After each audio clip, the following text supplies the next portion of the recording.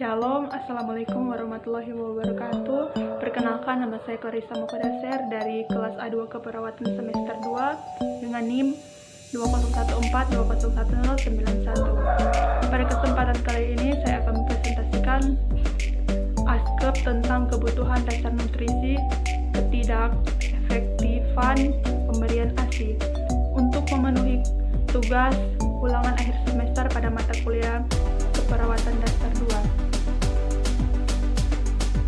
2. Masa nifas atau puerperium adalah dimulai setelah plasenta lahir dan berakhir ketika alat-alat kandungan kembali seperti keadaan sebelum hamil.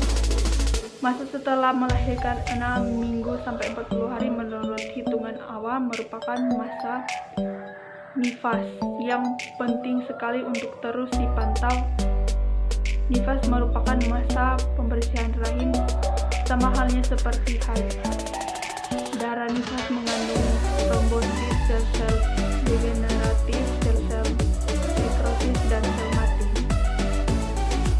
dan sel-sel endotrin yang besar.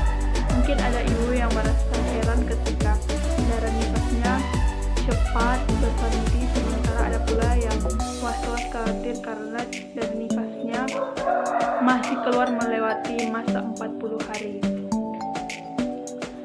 Salah satu adaptasi fisiologi yang dialami saat nifas adalah pengeluaran ASI. Terbentuknya ASI dipengaruhi oleh hormon, terutama prolaktin. Ini merupakan hormon laktogenik yang menentukan dalam pengadaan dan mempertahankan sekresi air ibu. Produksi ASI sangat dipengaruhi oleh makanan yang dimakan ibu. Apabila makanan ibu secara teratur dan cukup mengandung gizi diperlukan akan mempengaruhi produksi ASI. Karena kelenjar ASI tidak dapat bekerja dengan sempurna tanpa makanan yang cukup untuk membentuk produksi ASI yang baik, makanan ibu harus memenuhi jumlah kalori, protein, lemak, dan vitamin serta mineral yang cukup. Selain ibu dianjurkan minum lebih banyak, kurang lebih 812 gelas per hari. Faktor-faktor yang berperan terhadap produksi ASI adalah nutrisi. Nutrisi atau gizi adalah zat yang diperlukan oleh tubuh untuk keperluan metabolisme kebutuhan gizi pada masa nifas, terutama bila menyusui dan meningkat 25%, karena berguna untuk proses kesembuhan. Karena sehabis melahirkan untuk memproduksi air susu cukup untuk menyehatkan bayi.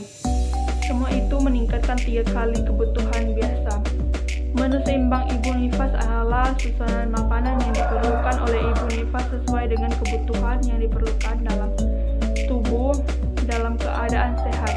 Tujuan pemberian makanan pada ibu nifas adalah memulihkan tenaga ibu, memproduksi ASI yang bernilai gizi tinggi, mempercepat penyembuhan luka, dan mempertahankan kesehatan. Hidangan yang bergizi dibutuhkan ibu untuk menyusui terdiri zat pembangun, protein, vitamin, air mineral, dan zat pengatur atau pelindung vitamin, air, dan mineral.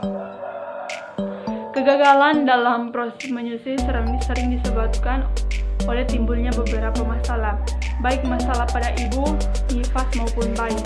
Masalah dari ibu yang timbul selama menyusui dapat dimulai sebelum persalinan, pada pasca persalinan dini, dan pasca persalinan lanjut. Selain itu, ibu mengeluh bayinya sering menangis atau menolak dengan alasan bahwa ASI disusukan tidak cukup, rasanya tidak disukai bayi, tidak berkualitas, atau alasannya akhirnya memutuskan untuk tidak lagi menyusui. Pada masanya menyusui antenal adalah masa yang sering timbul adalah kurang saat informasi.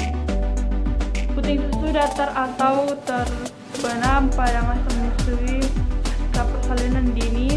Masalah yang muncul yaitu puting susu lecet, payudara bengkak atau mastis, radangan pada payudara. Sedangkan pada masa menyusui pasca persalinan, masalah yang muncul adalah sindrom ASI kurang dan ibu bekerja.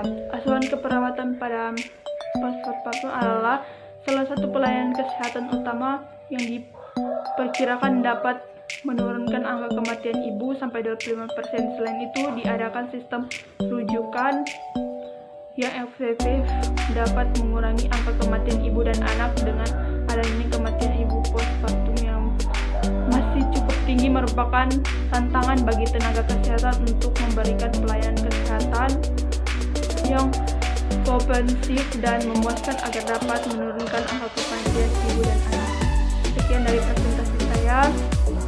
Dan untuk adik-adik yang sudah lulus SMA yang ingin melanjutkan ke perguruan tinggi, marilah bergabung bersama-sama dengan kita di Universitas Pembangunan Indonesia Manado.